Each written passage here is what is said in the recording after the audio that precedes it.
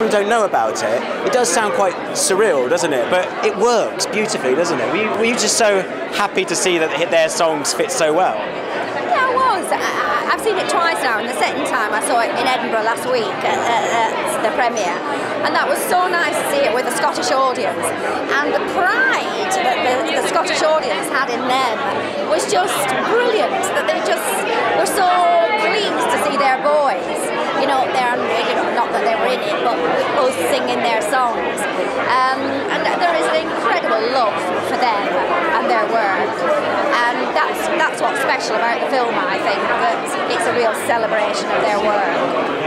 And so many songs, it kind of makes you remember the songs that they've done. Exactly, and such a variety of songs as well. I mean, no song is the same, and they don't all mould together. They're really, and I think how Dexter's done them in the duet form.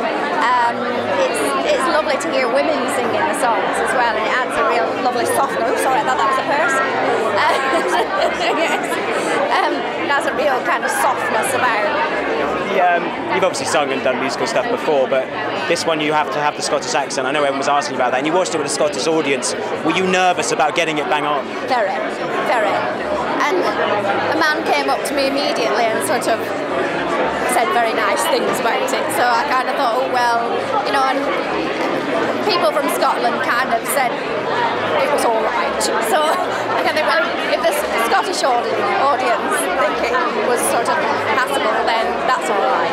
It's quite hard because you've got to get the region right, haven't you? Well, yes, and it was a Leith accent, and we were filming in Glasgow, so I had all this Glasgow ringing in my ears, and thinking I can't go Glasgow, I've got to remember my notes, I've got to remember what my dialect coach told me.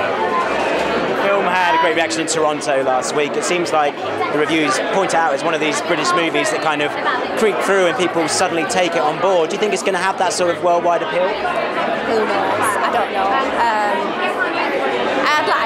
You'd like it to be, and I think that the songs are good enough, and I think,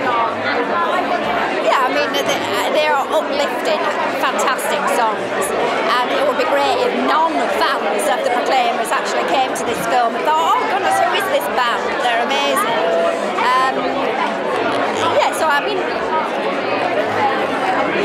You hope it's going to be good. Yeah. You never can tell.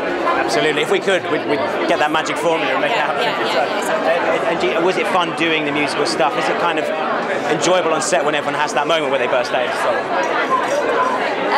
Yes. I didn't have the kind of joyous songs. So the 500 Miles was really, I would imagine for Antonio and George at the end, that was absolutely thrilling, with having all those extras working around them, and that kind of Grease feel to it out in the open, that must have been really exciting. My songs were lovely to do, but they were much more contained, and they're kind of ballads, and they're a bit sadder in content, so... Oh, darling, break them up. Got a happy song. Yes, I didn't get a happy song. Maybe tonight you can make amends by getting up with a bit of karaoke. Yes. It's lovely to see you.